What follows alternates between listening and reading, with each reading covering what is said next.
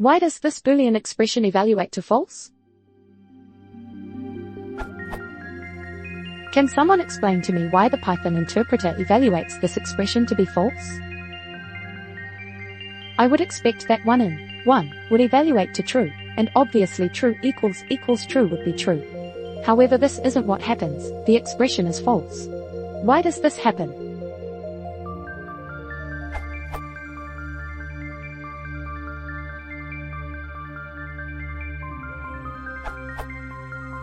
Equals and in are both comparison operators.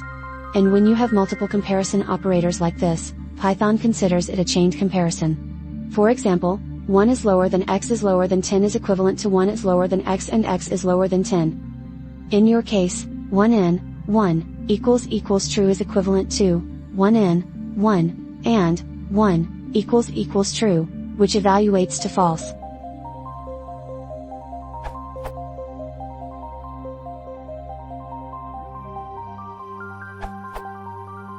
If you have an expression like this, Python split it to more statements. In fact, right side is false since 1 not equal true and whole sentence is false.